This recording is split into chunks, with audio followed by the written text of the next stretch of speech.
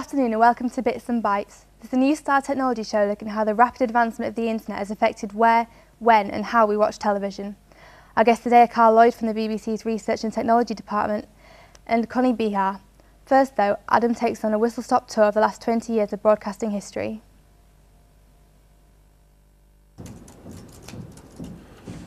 One of the biggest revolutions of the past 20 years has been the advent of the internet and all the technology that allows us to go online. Data began flooding down our telephone lines and into our offices and homes and onto our computers. All you needed was a phone, a modem, a computer and an account with an internet service provider. But, and this is a big but, it could be annoyingly slow and unreliable. So do you remember the dial-up? Yeah, I remember the terrible sound it made down your ear when you picked up the phone. I quite like the sound actually, but the speed was fairly annoying. Yeah, probably that and the fact that you can't use it anywhere. And what was the worst thing about it? The dial-up noise. Now skip forward 15 years to the next stage of the internet revolution, broadband. Broadband and new software saw an explosion in the possibilities for the internet. Uploading, downloading, and one of the most popular activities, watching videos on YouTube. It was around 2005 that the powers that be at the BBC saw a fantastic opportunity to use some of the new technology to create the iPlayer, a way to view programmes from the previous 7 days on your computer. Now catch-up TV wasn't a new idea, we were all bombarded with repeats. What is so exciting is that the fact that we could watch the iPlayer on your computer anytime, day or night. I tell you everything. Have you ever used the BBC iPlayer? Yeah, we use it all the time because we're in a student accommodation. We haven't got a TV, we just use iPlayer. No, I don't have any idea about the iPlayer. Never heard about it. No. Some of it's good. Like you can watch some programs. Depends what you obviously like to watch, but it's good how you can watch stuff after it's been played. Have you ever used the iPlayer before? Yes, And very where rarely. do you use it then? I don't have a TV licence, so it's the way that I... No, only if it's live. So it's the only way that I watch the BBC, so... Yeah. I just watch it at home. I watch it on my phone when I'm on the train. You can download as well, so yeah, sometimes I download it and then watch it on the train. Yeah. And now, with Wi-Fi, you're not even restricted to the house or the office. You can watch it here, here, here, and even here. This should be the end of the story, except this is the BBC we're talking about. A public funded body our parents, grandparents and even great-grandparents have paid for. Who's making sure that they're up to date with this new technology? Meet Connie. Connie is new to the iPlayer and determined to get to grips with the latest technology. For her, the BBC iPlayer is the perfect way to catch up with her and her husband Alan's favourite TV programmes. Hi Connie. Hi. Could you please tell us when you first heard about the iPlayer? It was when Graham suggested it in the Apple store, and he said, "I'll put it with your favourites." And do you like the iPlayer now? Yes, I use it quite a lot. Yeah. Yeah. So what do you like most about the iPlayer?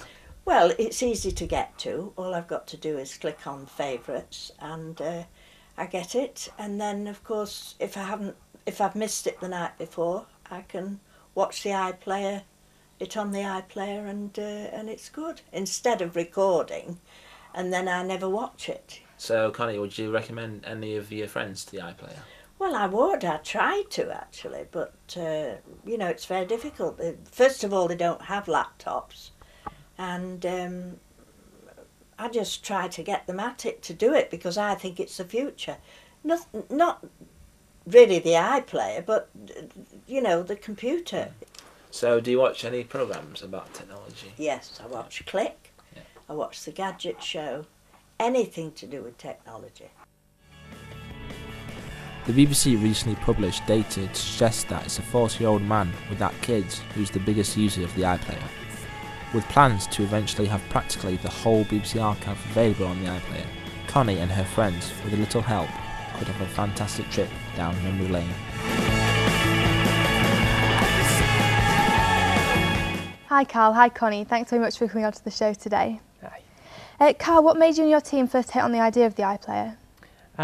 Well, the iPlayer grew out of some work that had originally been done on the BBC Two website some years before, which featured selected content from BBC Two, but by no means all.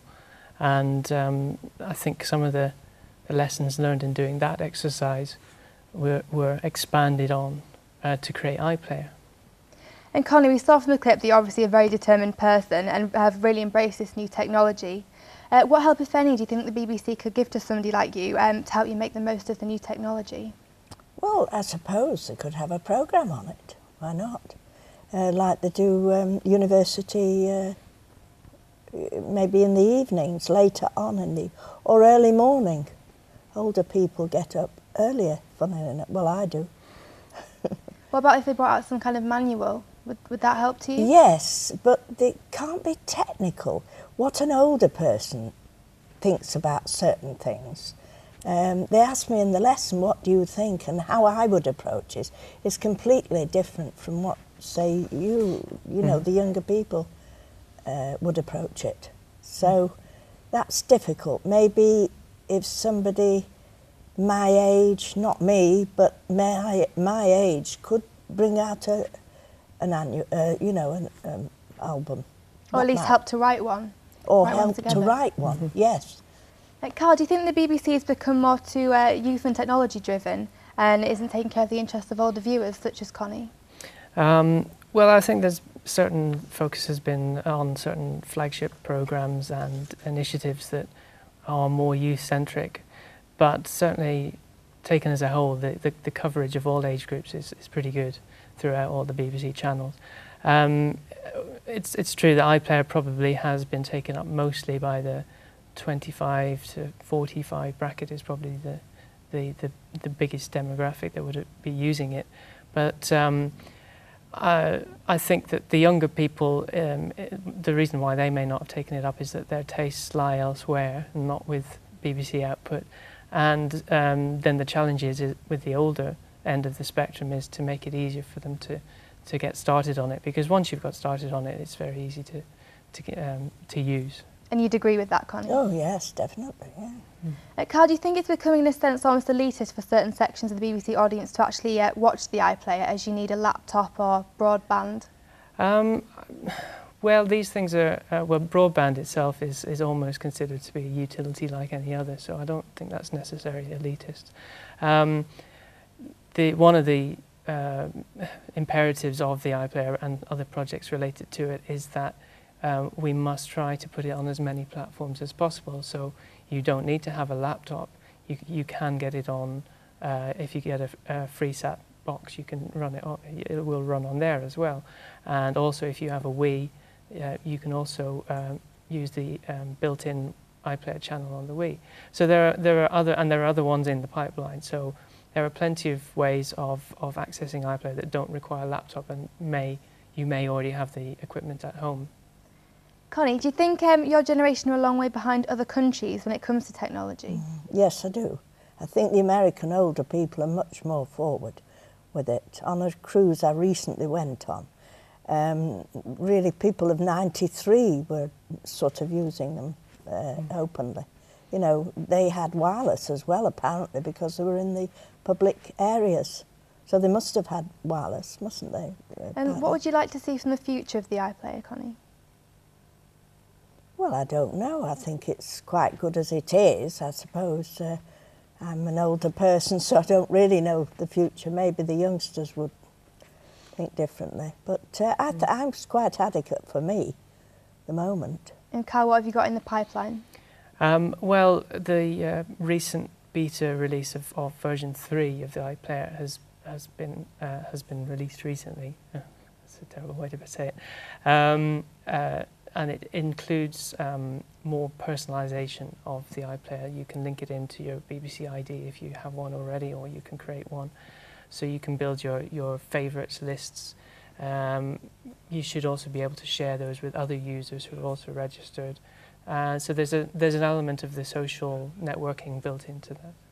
Right, well that's all we have time for today. Some very interesting points there raised by Carl and Connie, and thanks for watching. See you again next time.